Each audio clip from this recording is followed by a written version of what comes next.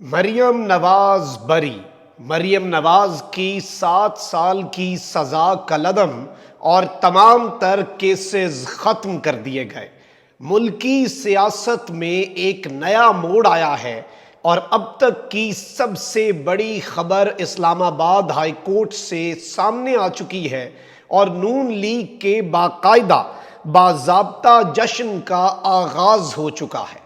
بسم اللہ الرحمن الرحیم۔ السلام علیکم ناظرین کرام، میں ہوں مخدوم شہاب الدین اور آپ دیکھ رہے ہیں میرا فیس بک اور یوٹیوب چینل۔ امید کرتا ہوں آپ سب لوگ بخیر و عافیت ہوں گے اور جہاں بھی ہوں گے اپنے اہل خانہ سمیت خوش بھی ہوں گے اور محفوظ بھی۔ ناظرین کرام، پہیا الٹا گھومنا شروع ہو چکا ہے۔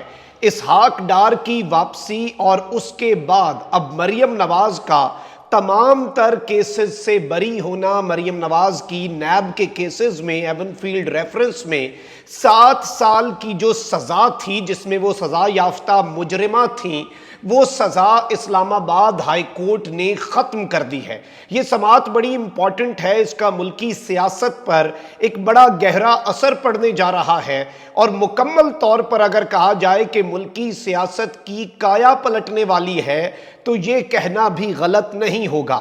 میں نے پوری سماعت کا احوال آپ کے سامنے رکھنا ہے اور یہ سماعت بڑی امپورٹنٹ تھی کیونکہ اس میں مریم نواز اور کیپٹن صفدر کو ایون فیلڈ ریفرنس میں بری کیا گیا ہے اور مریم نواز کی جانب سے ایون فیلڈ ریفرنس میں سزا کے خلاف درخواست پر سماعت اسلام آباد ہائی کورٹ کے جسٹس عامر فاروق اور جسٹس محسن اختر کیانی پر مشتمل 2 رکنی بینچ نے کی۔ نیب پروسیکیوٹر سردار مظفر عباسی نے عدالت میں کہا کہ میں نے پہلے بتایا کہ نیلسن اور نیکسول کمپنیاں کب بنی، پھر بتایا کہ ان کمپنیوں نے یہ پراپرٹیز کب خریدیں۔ انہوں نے انکار کیا کہ یہ پراپرٹیز 1993 یعنی کہ 1993 سے ان کے پاس ہیں۔ جسٹس عامر فاروق نے کہا کہ کمپنیز نے اس عرصے میں ضرور پراپرٹیز خریدیں، مگر وہ کہتے ہیں کہ 2006 میں قطری فیملی سے سیٹلمنٹ کے بعد یہ جو پراپرٹیز ہیں یہ ان کے پاس آئیں، یعنی کہ وہ جو کمپنیز ہیں انہوں نے تو پراپرٹی خریدی لیکن ان کے پاس یہ پراپرٹیز قطری فیملی سے سیٹلمنٹ کے بعد آئیں، یہ جسٹس عامر فاروق صاحب نے کہا۔ جسٹس محسن اختر کیانی نے بڑے اہم ریمارکس دیے اور کہا کہ اس سارے کیس میں ان تمام ملزمان کو تو کچھ کہنا ہی نہیں چاہیے تھا، یہ کیس تو آپ نے ثابت کرنا تھا، یعنی کہ یہ جتنے ملزمان سامنے آ کے بیٹھے ہیں ان کا تو کچھ بنتا نہیں تھا، یہ تو کیس آپ کی طرف سے ثابت کیا جانا تھا، کیس بلڈ اپ آپ کی طرف سے ہونا تھا۔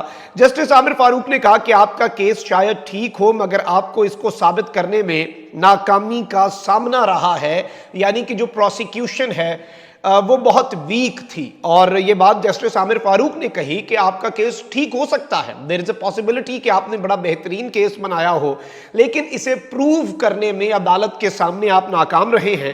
ہم صرف پبلک نالج یا کسی کی سنی سنائی بات پر فیصلہ نہیں سنا سکتے کہ ایک جنرل پرسیپشن بنا ہوا ہے تو اس کی بنیاد پر ہم فیصلہ سنا دیں۔ Maryam Nawaz public office holder نہیں تھیں، اس لیے ان پر اثاثوں کا کیس بنتا ہی نہیں تھا۔ اب یہ بڑے اہم ریمارکس تھے۔ اسلام آباد ہائی کورٹ نے مریم نواز کے وکیل امجد پرویز ایڈوکیٹ اور نیب پروسیکیوٹر کے دلائل سننے کے بعد کیس کا مختصر فیصلہ پہلے محفوظ کیا، پھر یہ فیصلہ عدالت کی جانب سے معزز جج صاحبان کی جانب سے کہا گیا کہ آج ہی سنایا جائے گا۔ تقریباً 15-20 منٹ کے بعد ہی یہ فیصلہ سنا دیا گیا اور اس فیصلے میں مریم نواز کی 7 سال کی سزا کو کالعدم قرار دیتے ہوئے مریم نواز جو کہ سزا یافتہ مجرمہ تھیں، جو اپنی سزا ضمانت پر بھگت رہی تھیں، مریم نواز کو باقاعدہ باضابطہ طور پر بری کر دیا گیا ہے۔ اور اس سارے معاملے میں احتساب عدالت، یہ میں آپ کو بتا دوں ویسے کہ انہوں نے ایون فیلڈ ریفرنس میں مریم نواز کو 7 سال اور ان کے شوہر کیپٹن ریٹائرڈ صفدر کو 1 سال قید کی سزا سنائی تھی۔ مریم نواز کو جرم میں معاونت جو اعانت جرم ہوتی ہے اس کے الزام میں سزا سنائی گئی تھی اور ایون فیلڈ کیس میں ہی مسلم لیگ نون کے قائد نواز شریف کو 10 سال سزا سنائی گئی تھی۔ اب اس سارے کے سارے معاملے میں اسلام آباد کی احتساب عدالت نے 2018 میں ایون فیلڈ ریفرنس میں مریم نواز کو 20 لاکھ برطانوی پاؤنڈز جرمانے کی سزا بھی سنائی تھی، اور اس سارے کے سارے معاملے میں نواز شریف کو 11 سال قید اور 80 لاکھ برطانوی پاؤنڈ جرمانہ بھی ہوا تھا۔ اب مریم نواز اور ان کے شوہر نواز شریف نہیں، مریم نواز اور ان کے شوہر اس کیس میں نکل چکے ہیں۔ اب نیب کا پورا کیس شریف خاندان کے اپنے جوابات پر بنایا گیا۔ یہ کہنا تھا جسٹس عامر فاروق کا، اور انہوں نے کہا کہ اگر شریف خاندان سپریم کورٹ میں جواب دائر نہ کرتا تو کیس نہیں بن سکتا تھا۔ جسٹس عامر فاروق کا کہنا تھا کہ نیب کے بیان میں بڑا تضاد ہے۔ انہوں نے کہا کہ پہلے نیب نے کہا مریم نواز 2006 میں لنڈن فلیٹس کی مالک بنی، آج کہتے ہیں 1993 میں مالک بنی۔ جسٹس عامر فاروق نے ریمارکس دیے کہ گزشتہ سماعت پر دوسرے پروسیکیوٹر نے ایک الگ موقف اختیار کیا، اور اس پروسیکیوٹر نے کہا کہ مریم نواز کا جائیداد کی خرید میں کوئی تعلق نہیں۔ اب اس سب کے اندر انہوں نے یہ بات کہی کہ نیب کا موقف کیا تھا۔ اب یہ آپ نے سمجھنا ضروری ہے، کلیئر کٹ نیب نے موقف آج اسلام آباد ہائی کورٹ میں کیا اپنایا۔ ان کا موقف یہ ہے کہ نواز شریف نے یہ جائیدادیں مریم کے ذریعے چھپائیں۔ اس پر بینچ کے سربراہ نے نیب کے وکیل کو مخاطب کرتے ہوئے کہا کہ آپ جو بات کہہ رہے ہیں اسے شواہد کے ذریعے ثابت کریں، اب ادھر ادھر نہ جائیں، جو خود کہا ہے اب اسے ثابت کرنا ہوگا۔ اگر نواز شریف کا کیس سے تعلق نہیں تو پھر مریم نواز کے خلاف کیس نہیں بنتا۔ اور اس سارے کے سارے معاملے کے اندر ناظرین اکرام کچھ اور چیزیں بھی ہیں۔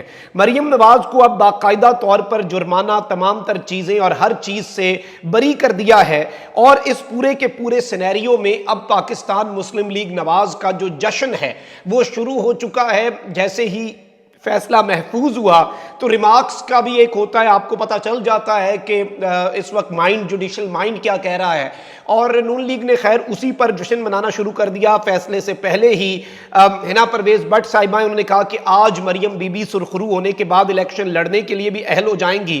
آج عمران خان سمیت پوری پی ٹی آئی کو بہت تکلیف پہنچے گی، تو انہوں نے پہلے سے یہ اعلان بھی کر دیا تھا، اور اب مریم نواز کے خلاف کیسز کے حوالے سے اب باقاعدہ طور پر یہ ایک بہت بڑی چیز ہے۔